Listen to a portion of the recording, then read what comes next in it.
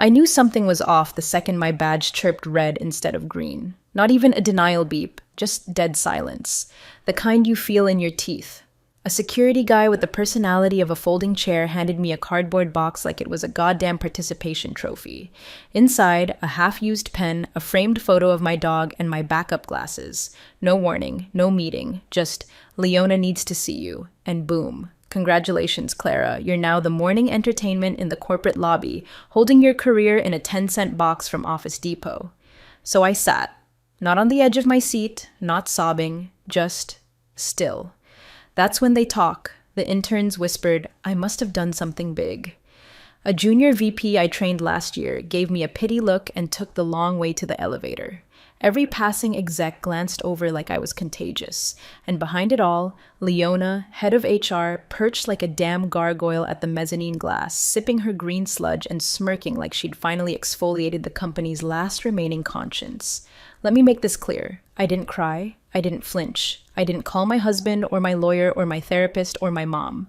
I reached into my coat, pulled out a slim black folder, and placed it gently on top of the box. One tab stuck out. It read, Appendix C, not flashy, not bold, just enough weight to crack open every brittle, smug assumption they were making about me. Because while they were busy staging my corporate funeral, they forgot one tiny thing.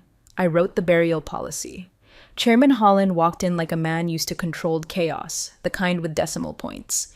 Hair slicked, tie crisp, and 3 phones in his briefcase he never checked. He clocked me before he even hit the badge scanner. Paused, then turned slowly toward Leona's lair above the lobby and barked, Why is she here? I stood, looked him dead in the eye, and said, They fired me. He didn't blink. Just exhaled through his nose like a bull about to charge and said, Not today. If you're already hooked, do me a quick favor, hit that like button and subscribe. 97% of listeners don't, and honestly, it keeps our stories going and gives the team fuel to keep twisting these knives. All right, back to it. Leona didn't move. She didn't descend or deny it or offer a single corporate-approved syllable. Because she knew. Knew she hadn't cleared this with the board. Knew she'd triggered something and wasn't quite sure what yet. I didn't smile. I didn't nod. I just picked up my box, folder balanced right on top, and walked calmly toward the inner corridor like I hadn't just been symbolically shot in the head 5 minutes earlier. I passed the CFO, Bradley, or Spreadsheet Jesus, as the interns called him, leaning by the espresso bar pretending to be busy with a performance dashboard. I didn't stop. Just made sure he saw the tab, Appendix C. Behind me, the silence started to bend. Not break, just bend.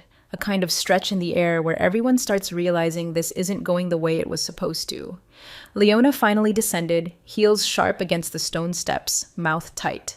She called after me with her usual fake smile venom. Clara, this is highly inappropriate. I kept walking. One sentence from the chairman cut her legs out from under her. Get legal, now. And that's how it started. Not in a boardroom, not in a meeting, not even with a warning. Just one woman in a polyester coat holding a box of irrelevant belongings, a folder labeled Appendix C, and the kind of silence that makes liars sweat. 6 months before the lobby circus, I was the weird one with the file tabs and the dry erase marker nobody else touched. Every team has that one person who insists on originals, initials, dates in blue ink. Just in case. That was me. Records, custodian by title, liability sponge by function. My job was to make sure we didn't end up on the news or in a courtroom, or worse, flagged by our insurer's automated review system for having no verifiable approval trail on vendor switches, contract amendments, or asset transfers. But corporate culture has a way of mocking diligence until the building's already on fire. Clara, Leona would sigh, your artisanal paranoia is slowing down workflows. I once flagged a missing signature on a vendor onboarding packet that could have voided our procurement insurance. Leona's fix? White out and a forged stamp. I reported it to legal. Their fix? Silence. Probably scared of her, or lazy, or both. Bradley, our CFO with the dental veneer smile and a LinkedIn quote about radical transparency, started showing up to quarterly prep meetings with edits that had no chain of custody. He'd delete invoice numbers, redact metadata, rewrite expense justifications in PowerPoint, like we were selling a Pixar pitch, not prepping for a lender covenant review. We need to show clean numbers, he'd say. not forensic receipts. Then he'd pause, look at me like I was an infection, and say, "You know how to clean, right?" What I knew was this: they were desperate to cut corners without leaving fingerprints. And I was the one holding the ink pad. So I stopped trying to win them over. I started documenting everything. Every request I received that skirted policy. Every approval rerouted through verbal shrugging instead of email. Every unsigned draft they marked final and pushed to audit. I printed originals and stashed them off network, logged serial numbers, numbered sealed folders in sequence, and kept a mirrored archive offsite under lock. Not because I was paranoid, but because I knew what was coming. The moment the insurer asked for the annual risk liaison update, I moved. Appendix C wasn't a rebellion, it was a fire extinguisher. I drafted a one-page addendum during the renewal cycle, naming myself as the company's official records custodian and liaison for compliance review. It stated clearly, any removal or interference with that role without formal board vote and legal handoff would constitute a breach under our current insurance coverage. I embedded the clause during the paperwork deluge when everyone was scrambling to meet the Q3 lender documentation deadline. No one questioned it. Buried in the consent agenda, it sailed through with 10 other minor approvals and a rubber-stamped signature page. That's the thing about paperwork. They only care when it's missing, not when it's quietly loaded like a trapdoor. Leona didn't read it. Bradley couldn't be bothered. Legal probably skimmed the top half and checked the box marked Reviewed Standard Language. They filed it, archived it, and then carried on forging a future with digital whiteout and plausible deniability. I wasn't trying to be clever. I was trying to survive. Because when people like that start calling you rigid, they're not mocking your personality. They're warning you that soon you'll either bend or be broken. And I don't bend. So I set the fuse, logged the filing, and waited. Not for revenge, not even for recognition. Just for the moment someone tried to cut the brakes, without knowing I'd already installed a kill switch. Appendix C, page 2, bottom right corner. 4 words they never read. Termination void without vote. It was the printer ink that gave it away. One of those knockoff vendors Bradley's pet analyst recommended. Said it was 85% cheaper with 0 quality loss. My job wasn't to argue about toner brands. My job was to track procurement chain of custody. And that particular vendor hadn't passed our last audit cycle due to a sketchy fulfillment arm based out of a P.O. box in rural Nevada. They'd been flagged. Twice. But suddenly, there they were again, on the invoice queue, cleared for full distribution, like the red flags had been wiped with whiteout and a prayer. I flagged it, escalated it, not to be dramatic, just to do my damn job. 3 steps. I restored the audit flag, noted the lapse in the change log, and sent a simple, deadly line in my response. Blocking the vendor until documentation is reviewed, record noted for internal compliance. That phrase, record noted, was my way of gently slapping a liability sticker on anything they tried to bury. By noon, Leona pinged me with a calendar invite titled Culture Check-In. I clicked it open. Conference room 6B, 15 minutes, no agenda, just her, Bradley, and that obnoxious VP of People Experience who always quoted TED Talks like they were scripture. The same guy who once said, "Empathy is the new ROI," while slashing paid bereavement leave. Leona started the meeting with a smile that could curdle milk. "We've noticed some friction, Clara. Teams are saying you're impeding workflows. There's a perception of gatekeeping." "I'm enforcing signed protocol," I said flatly, "not rewriting the Constitution." Bradley jumped in like he'd been waiting for his cue. "We just need someone more agile, less rigid. We're moving fast, Clara. We need to trust the people making the decisions." "You want me to trust a vendor we flagged in an audit for duplicate SKUs and mislabeled country of origin?" I asked. "The one you greenlit without a record of review." Leona slid a folder across the table. Inside, a performance improvement plan, a PIP, a glossy little script they use when they're too cowardly to fire you outright and too lazy to build a real case.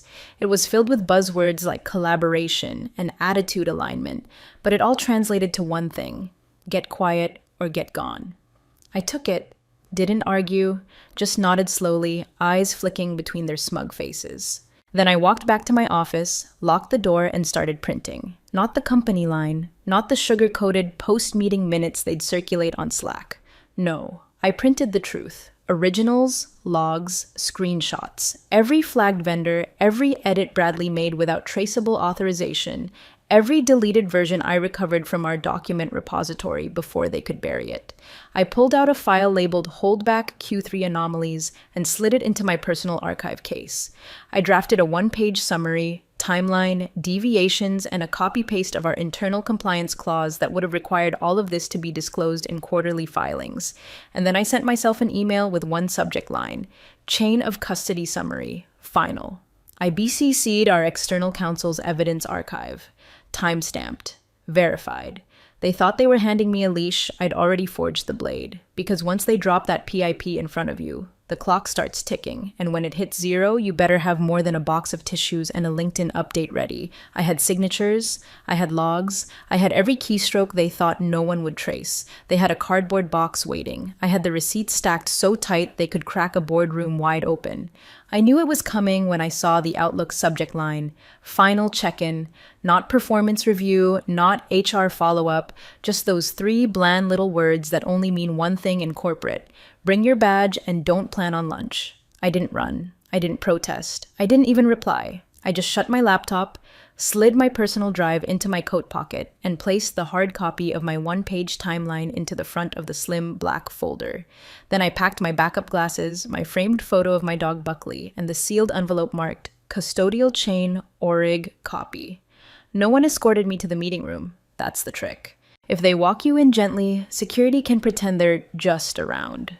But when I entered 4C, the rent-a-cop from the front desk was already in the corner, pretending to review fire safety codes. Leona sat at the head of the table like a death row chaplain, arms folded, all faux concern and carefully practiced empathy. Bradley flanked her, scrolling his phone like he was too busy for this public service execution.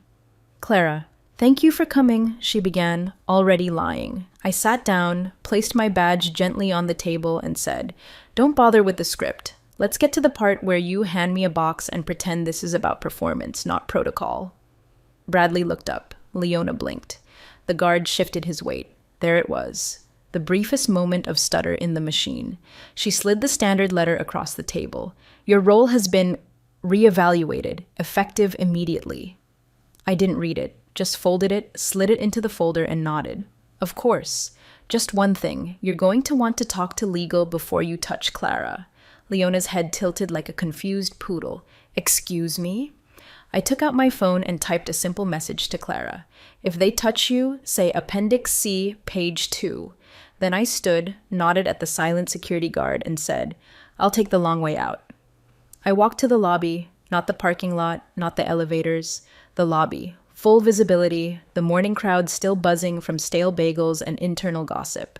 A few looked up, confused, maybe concerned. One of the interns from finance did a double take and quickly looked away, suddenly fascinated by the building directory. Good.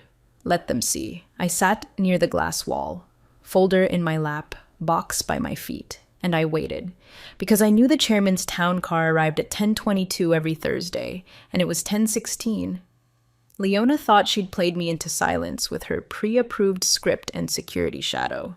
She didn't realize I'd chosen my battlefield 3 months ago, and it came with floor-to-ceiling windows, surveillance cameras, and about 30 witnesses with TikTok accounts.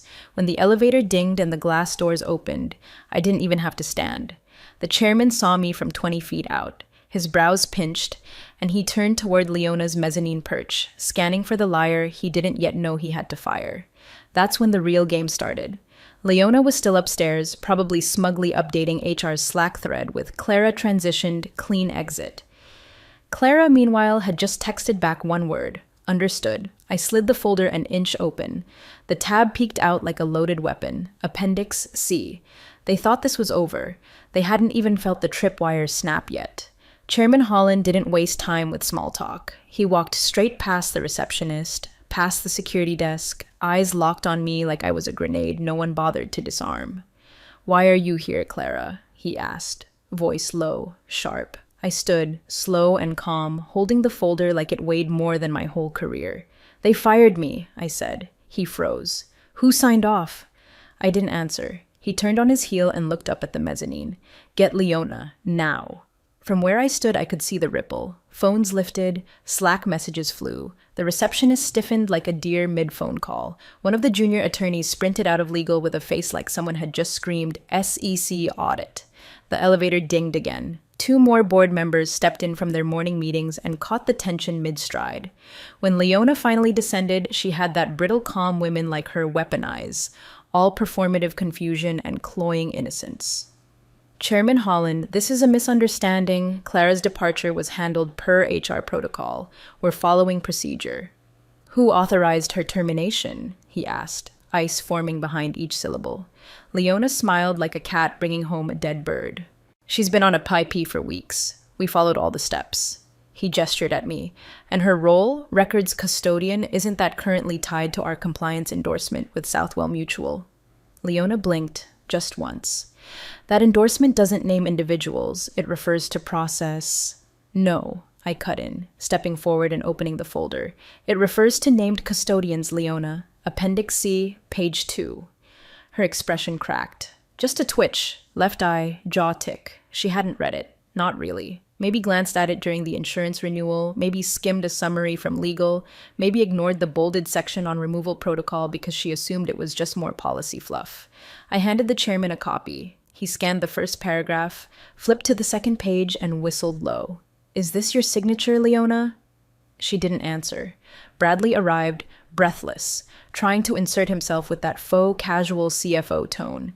Let's not make a spectacle. Clara's role was operational, not strategic, and then why is her name in the insurer's risk matrix? The chairman snapped. I didn't smile. I didn't need to. I just said it clearly, for everyone in the lobby to hear. Appendix C states that I, Clara Jennings, am the named records custodian. It also names my deputy. Any attempt to terminate either without board vote and insurer notification triggers immediate review of our covenant obligations and suspends our liability coverage under Southwell's actuarial integrity clause.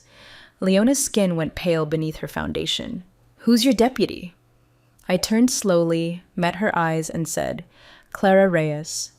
Leona's mouth opened. She looked up toward the second-floor bullpen like she could stop it midair. But it was too late. I'd already texted Clara. And right on cue, Clara Reyes stepped out from the elevators holding her phone like a legal flare gun. Leona just told me I was being terminated, she called out, voice loud, steady. On what grounds? Every eye turned. Phones came out. One of the project analysts started recording. Leona hissed through clenched teeth. Clara, return to your desk. No, I said flatly. See Appendix C. The chairman held up the document. Leona, did you review this? Bradley started to speak again, but the chairman cut him off. You're not going to talk over a compliance document during a live covenant period, not unless you want to personally answer to every one of our underwriters. Silence. The tension cracked like ice beneath a boot, because now it wasn't about me. It wasn't about attitude or culture fit or who slowed down whose workflow. This wasn't HR drama anymore. This was insurance. This was lender exposure. This was 7 figures in conditional financing about to get pulled because someone didn't read the fine print. They wanted to erase me from the company's memory, but you can't delete a title that triggers a 68 number review when mishandled, not without a board vote, and not without bleeding for it. The first domino didn't fall. It detonated. It hit at 10:43 a.m., exactly 21 minutes after I said, see Appendix C. The CFO was mid-spin, trying to explain how roles evolve, how language in these documents can be interpreted various ways, when his phone buzzed. One look at his screen and the color drained from his face like a man watching the power grid go down. Then every exec's phone buzzed. Ping, ping, ping, like a digital heartbeat, accelerating toward cardiac arrest. One of the legal assistants, poor kid looked like he still lived on protein shakes and mom's laundry service, stumbled out of his cubicle with a laptop clutched like a bomb. Chairman Holland, he said, we just got the system notice. The chairman didn't even look up. Read it. The assistant swallowed. Automated notification from Southwell Mutual. Effective immediately, coverage is suspended pending clarification of named custodian status. Risk liaison contact removed without protocol. Requesting formal board response within 24 hours. Bradley muttered, no, no, no. Keep reading, I said. The kid did. Failure to comply will result in full covenant trigger under Articles 14.2 and 15.7. Lender portals have been notified of potential governance breach. That's when the glass really cracked. Bradley spun around, fingers flying across his phone like he could undo the laws of corporate gravity through sheer speed. Leona looked like she was buffering in real time, lips moving, no words coming out. Clara Reyes stepped forward, calm as a sunrise. "Do I still have a desk, Leona?" The silence said everything. I watched it happen with the kind of quiet terror you don't show on your face. Not because you're not scared, but because it's finally working. Everything I'd set in motion, every receipt, every backup folder, every time-stamped email they ignored or deleted or edited in their rush to clean house, it was all crawling out of the ducts now, like smoke before the fire. Bradley turned to me, full panic now. "This is overkill. You knew this would trigger the underwriters." I pulled the one-page timeline from the folder. "You mean this?" I handed it to the chairman. "Page 2 lists every document tampered with under your watch. Cross-referenced with the metadata logs, I marked the ones you labeled as cleanup edits. Funny thing about metadata, Brad, your timestamps are out of sequence. You can delete a file, but you can't lie to the clock." One of the board members stepped into the lobby, saw the chairman holding the document, and said, "We just got flagged on the lending dashboard. Greenlight Capital marked us for covenant review. Immediate status change, high risk, manual oversight required." You could feel it shift. The whole damn building leaned, not physically, but structurally, like the walls knew what was happening and started holding their breath. This wasn't a termination anymore. This was a structural crisis with seven-figure clause and insurance teeth. A different board member, Marcy from governance, barked, "We need a secure room and a legal counsel present. Now."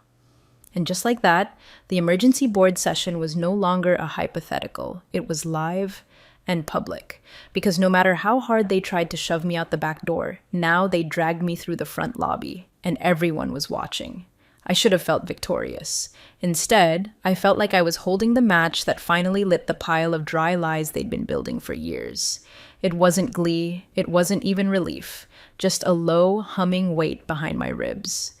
My move worked, but now the building shook. I glanced down at the folder in my hands. On the cover, a faint smudge of fingerprint oil caught the light over the black letters. Appendix C. The trap wasn't mine. I just labeled it. They walked in. They pulled the pin. And now the countdown was loud enough to hear in every boardroom from here to Wall Street. They tried to seat me in the corner. Little folding chair by the printer. 1 foot from the potted fern that hasn't seen real sunlight since the recession. Probably thought I'd feel small sitting there. But paper doesn't care where you sit, only where it came from, who touched it, and what it proves. The boardroom was packed. 8 directors, legal on speaker, 2 assistants typing like stenographers in a courtroom drama. Bradley sat stiff, hands folded on the glass table like a man about to negotiate his own execution. Leona didn't make eye contact. Clara sat behind me, steady, a quiet anchor in a room suddenly adrift. I waited until everyone finished their opening statements. Risk mitigation, exposure modeling, public perception management, all the usual noise when rich people realize they might lose something. Then Chairman Holland finally said it. "Clara, please walk us through Appendix C." I opened the folder, not a laptop, not a shared drive, paper. The kind with wet ink, embossed seals, and a timestamp from a notary whose stamp doesn't expire until 2029. I placed it in the center of the table. "This," I said, "is the original Appendix C, signed and submitted during the annual insurer renewal and lender compliance cycle. Approved via consent agenda. Names me as records custodian. Names Clara Reyes as deputy. Removal requires board vote and formal notification to both insurer and lender." I slid forward the consent agenda minutes, stapled to the submission packet. The board secretary flipped through it, eyes scanning fast, then slowing. Her finger stopped. "It's here," she said.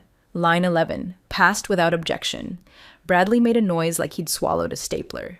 "That's not the version we circulated internally." "No," I said. "It's not.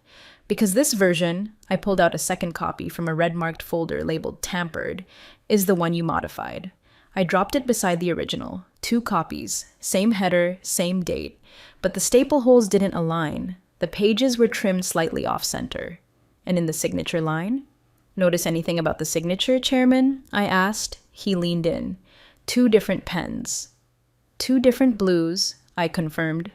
The original Bradley submitted to legal uses two distinct inks. That means it was signed in stages. After the board vote, after the filing, after it was already archived. Legal's voice came through the speaker like a judge with a slow hammer. We'll need a forensic review of those copies, immediately. Bradley stammered. I updated language for clarity. You deleted the enforcement clause, I said.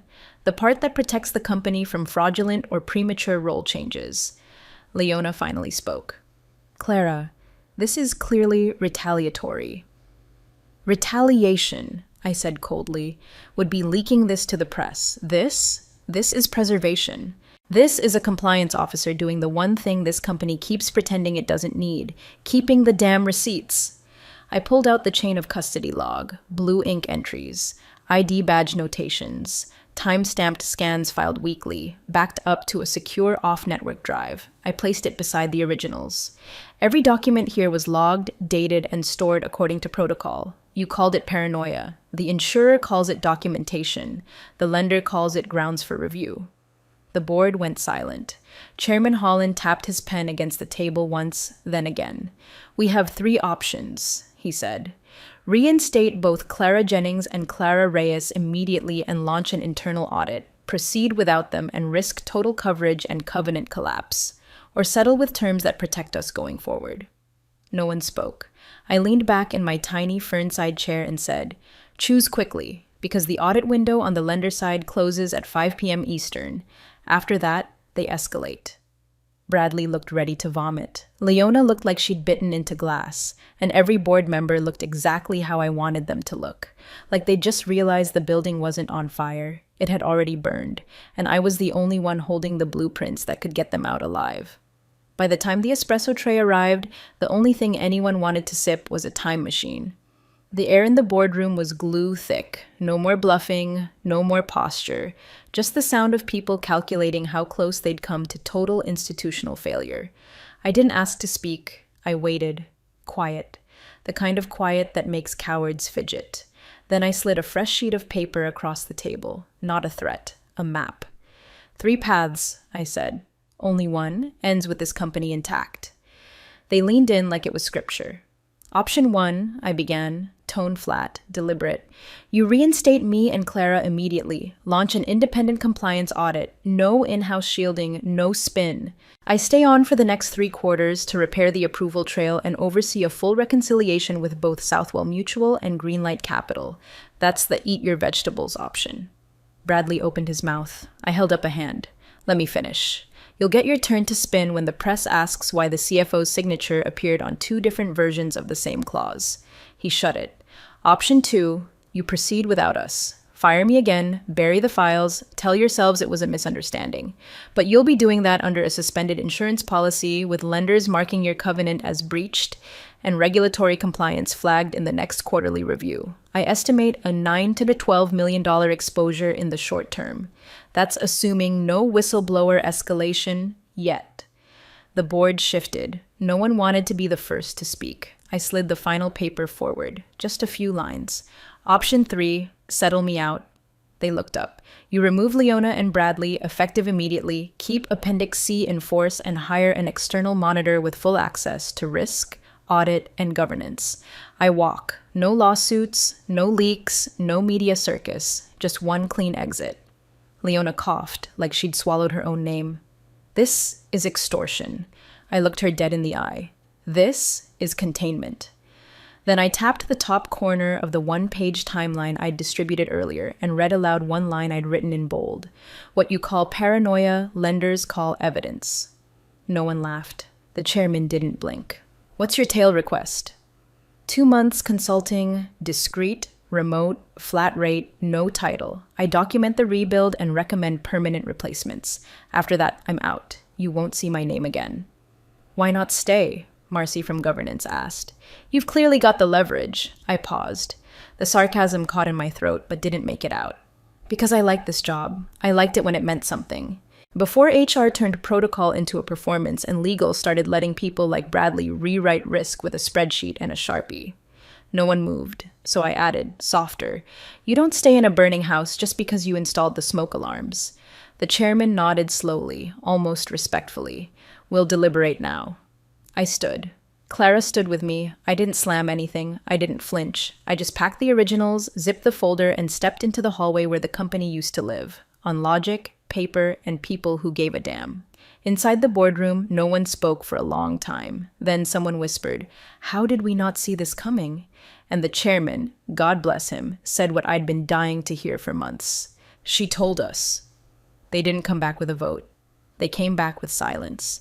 The kind that seeps under the door and soaks into your bones before the knob even turns. The boardroom opened. Chairman Holland stood tall, composed, one paper in his hand. He nodded once. "Leona Foster and Bradley Kerr are hereby terminated for cause, effective immediately.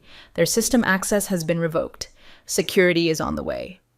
Across the room, Leona's jaw dropped like the floor had given out beneath her.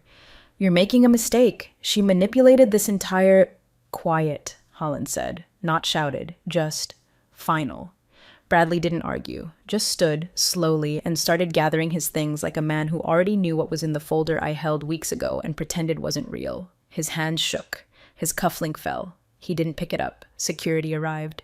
Clara stepped aside without a word as they escorted the two out. She didn't gloat. Neither did I. What's the point? The ship wasn't sinking. It had already sunk. We were just the only ones who knew where the black box was buried. Holland approached me with the posture of a man trying to fix something already cracked down the middle.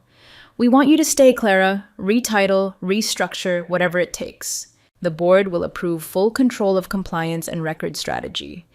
I looked down at the leather folder in my arms. Still sealed, still warm from my hands. "No," I said, not angry, not triumphant, just tired.